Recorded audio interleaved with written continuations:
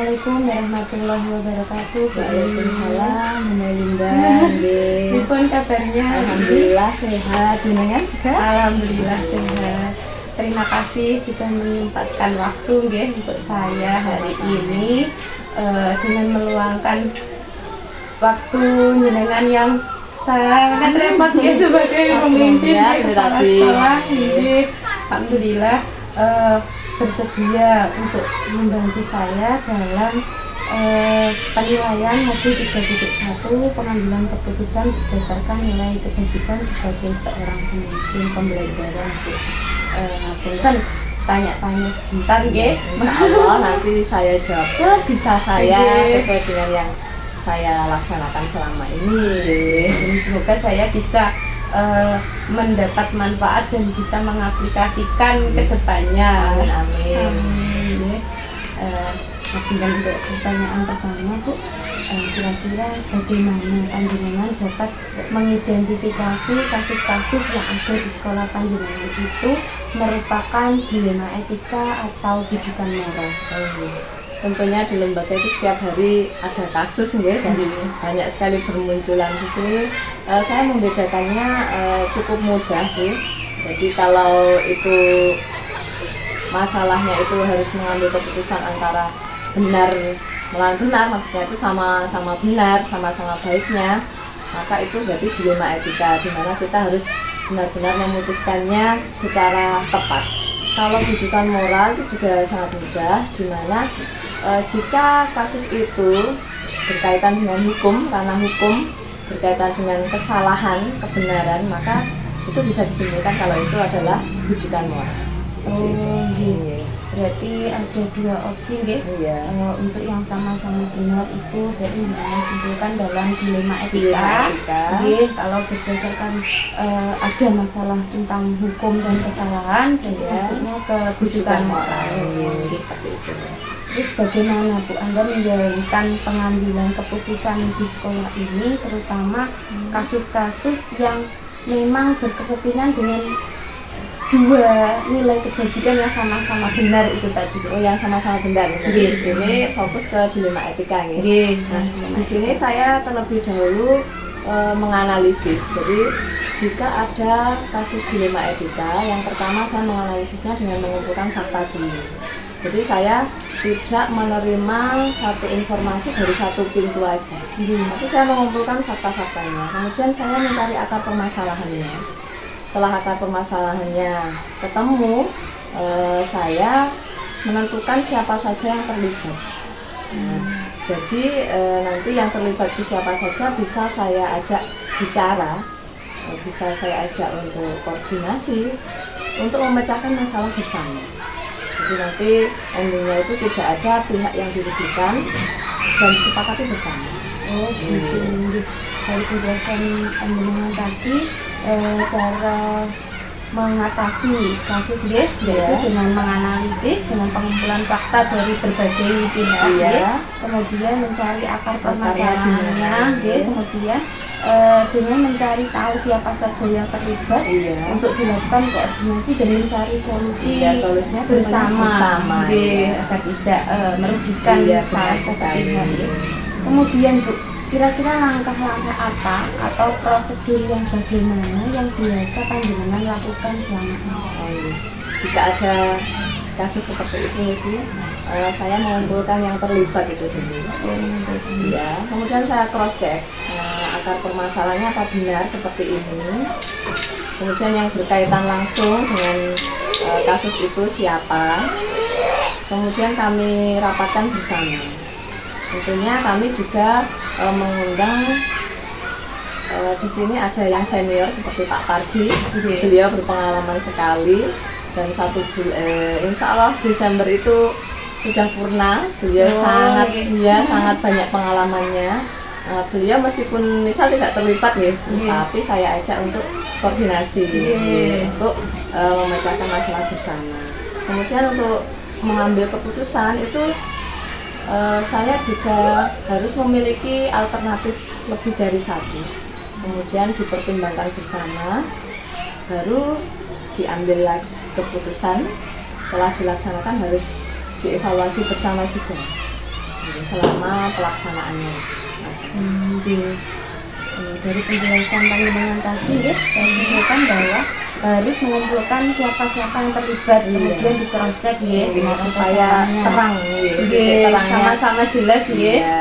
Kemudian dengan mengadakan musyawarah atau koordinasi dengan senior ya, dengan senior dan berbagi pengalaman agar bisa mencari solusi bersama begitu. Kemudian ada alternatif atau opsi berikutnya seandainya cara itu kurang efektif ya. Kemudian juga dengan evaluasi setelah adanya pelaksanaan. Kemudian Bu, kira-kira panjenengan itu sudah merasa efektif apa belum nggih dengan pengambilan keputusan pada kasus-kasus dilema etika? Mungkin kan ada masih ragu atau kayak nanti pripun ya, nanti salah satu pihak merasa terima atau tidak terima, itu bagaimana selama ini yakin efektif? Selama ini insya Allah efektif, karena saya tidak hanya mengumpulkan yang terlibat, tapi saya langsung menghadirkan semua pendidik maupun staf yang ada di SD ini. Jadi nanti bisa dilihat dari segala macam sudut pandang untuk dihasilkan keputusan itu. Dan pada akhirnya harus ada kesepakatan di mana semuanya harus menerima, kemudian melaksanakan. Pada waktu melaksanakan itu pun nanti juga ada evaluasi Bu setelah itu. Jadi yang membuat efektif itu malah di pelaksanaan dan hasil evaluasi. Jadi mungkin ada kurang pasnya pada waktu pelaksanaan keputusan itu, diperbaiki lagi. Nah di situ baru mengenal biasanya. Jadi tidak hanya sekali tidak hanya dengan sekali. Adanya evaluasi kan bisa jadi lebih baik. Gitu. Semua berarti ikut terlibat berperan. Semua bisa menerima. Alhamdulillah. Luar biasa Bu. Harus seperti itu Bu. Utak-utak terus bariki apa harus kemudian Bu, kira-kira selama panjenengan jadi pemimpin kira-kira tantangan atau halangan apa yang panjenengan alami, panjenengan rasakan selama melakukan pengambilan keputusan pada kasus dilema etika? Di sini kan namanya pendidik ya. Kalau mau mengambil keputusan itu mesti hati yang diutamakan, perasaan. Jadi kadang itu mau keputusan yang saklek sesuai aturan gitu ya, itu kok ya tidak tega dengan melihat latar belakangnya yang seperti itu. Akhirnya ya kami seperti ngobrol santai gitu, misal ada kasusnya dengan seseorang saja gitu ya Bu. Nah itu jadi saya berusaha gimana yang bersangkutan itu bisa menemukan sendiri gimana solusinya, terus ke depannya bagaimana. Ya tidak langsung merubah gitu, tapi sedikit demi sedikit sambil dievaluasi itu tadi. Ya tantangannya ya itu perasaan. Tidak tega kadang Bu. Kadang manusiawi gitu. Iya benar. Kalau keputusan yang satu diambil, nanti yang satunya itu harus bisa menerima, itu yang sulit. Kadang perasaan pripun, mungkin di luar tapi kadang kan batin menghati perasaan kan. Di sini kan tugas saya kan hanya melaksanakan tanggung jawab, melaksanakan tugas, gimana baiknya, gimana benarnya supaya lembaga ini bisa berjalan sesuai dengan harapan bersama kan gitu Mbak. Nah di situ main perasaan. Iya. Itu tantangannya. Tidak melulu harus sesuai aturan, harus terkesan kaku kalau nanti malah nggak enak gitu. Lingkungan kerja jadi kaku itu. Nah harus sedikit demi sedikit karena perubahan seseorang tidak pada saat itu juga di saat ada permasalahan harus berjalan dengan baik. Kemudian Bu, kira-kira dalam penyelesaian kasus itu ada jadwalnya atau pada saat itu juga? Gini ya Bu, untuk kasus-kasus itu kan munculnya mendadak.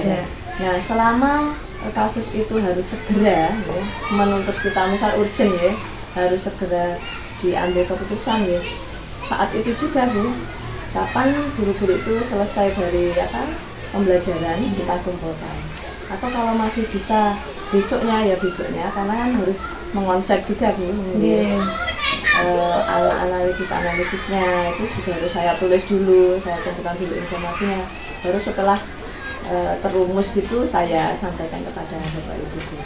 Saya juga sebelumnya memikirkan dulu alternatif yang bisa diambil bersama sebelum saya minta saran dari Bapak Ibu guru. Jadi tergantung permasalahannya itu mendesak atau tidak. Kalau mendesak ini harus segera.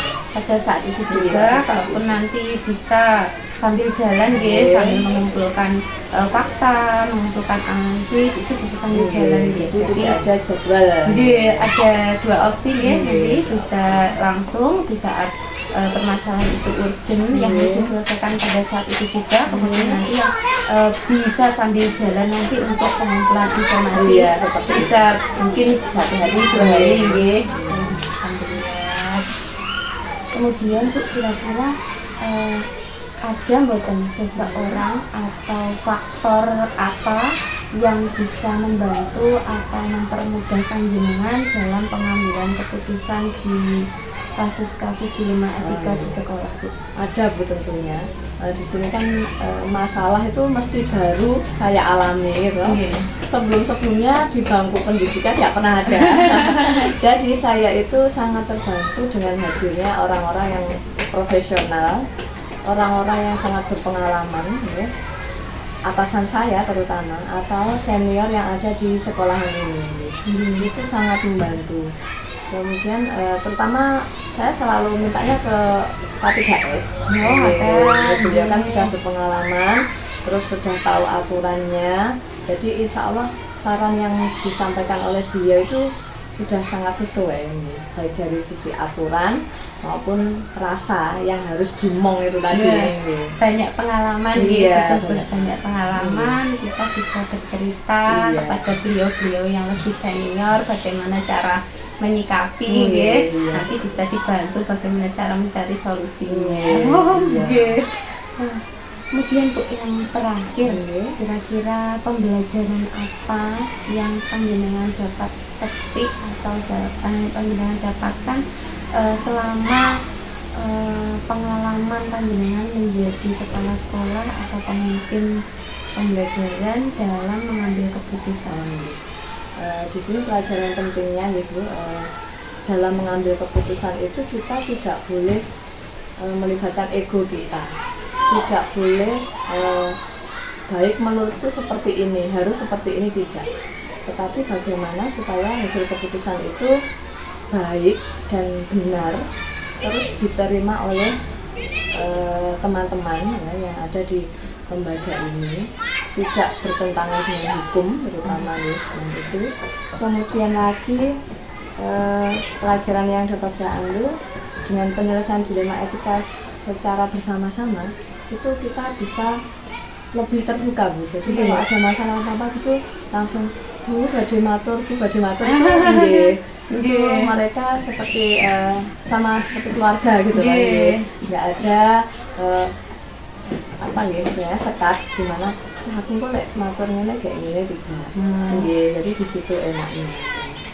Kita kalau diselesaikan bersama insya Allah terus tidak ada pihak yang diuntungkan ataupun dirugikan jika memang benar-benar itu keputusan bersama. Jadi seperti itu. Alhamdulillah. Luar biasa ya pengalaman panjenengan. Tetap berusaha belajar sepanjang hayat itu masalahnya selalu baru.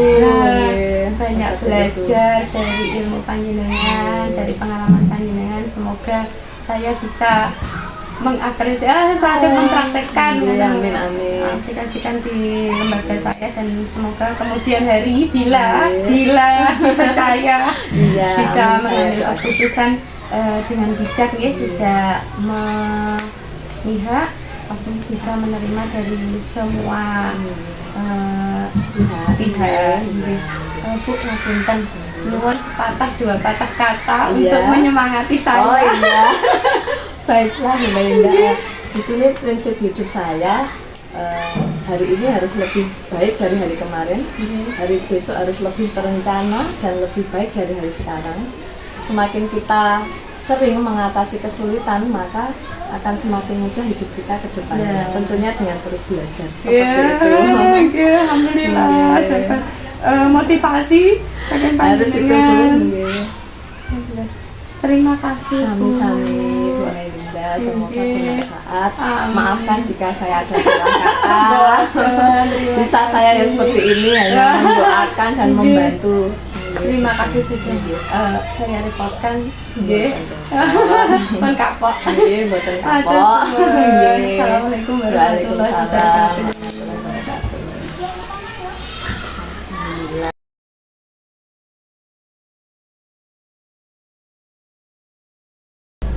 Assalamualaikum warahmatullahi wabarakatuh, Ibu. Waalaikumsalam warahmatullahi wabarakatuh, Bu Linda. Bagaimana kabarnya hari ini, Bu? Sehat nggih? Alhamdulillah sehat. Alhamdulillah, terima kasih Bu sudah meluangkan waktu untuk membantu tugas saya di modul 3.1 dalam pengambilan keputusan berdasarkan nilai kebajikan seorang pemimpin pembelajaran. Ngapunten sudah mengganggu waktu panjenengan di tengah sibuk-sibuknya kegiatan Agustusan niki nggih? Iya, Bu Linda. Persiapan nggih. Saya mau ada beberapa pertanyaan nggih berkenaan dengan pemimpin sekolah nggih dalam pengambilan keputusan.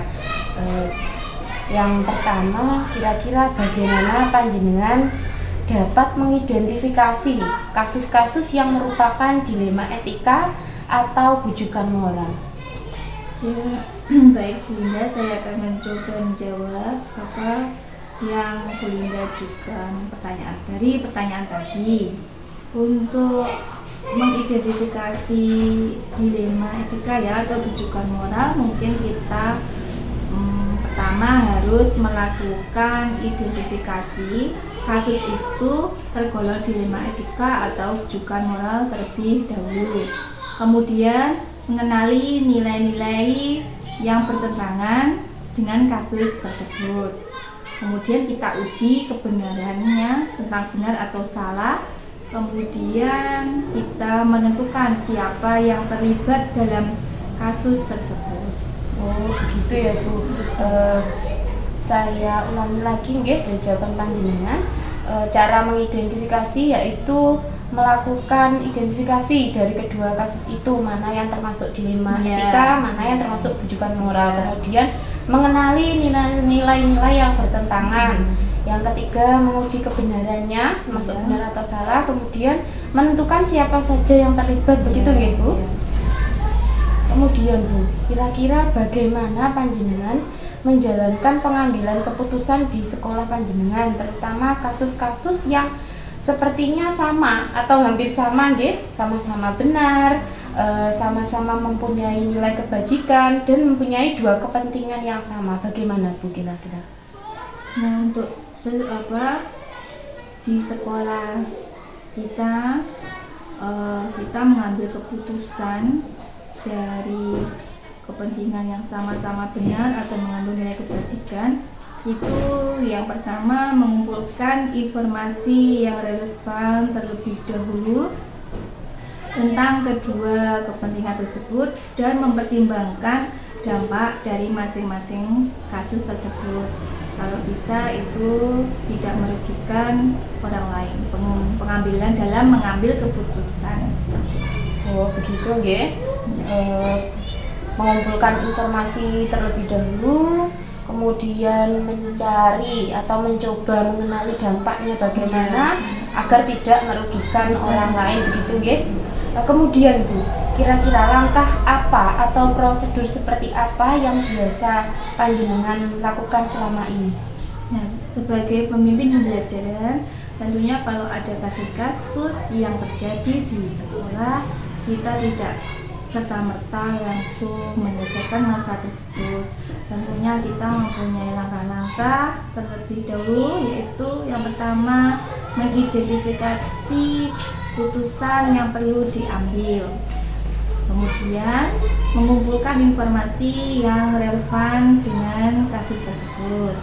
Yang ketiga, mencari solusi atau mencari jalan terbaik. Yang keempat yaitu mengambil tindakan yang benar dan tidak merugikan orang lain. Yang terakhir yaitu meninjau keputusan dalam pengambilan keputusan tersebut, apakah ada pengaruhnya terhadap sekolah. Seperti itu, Bu Linda. Luar biasa ya Bu ya.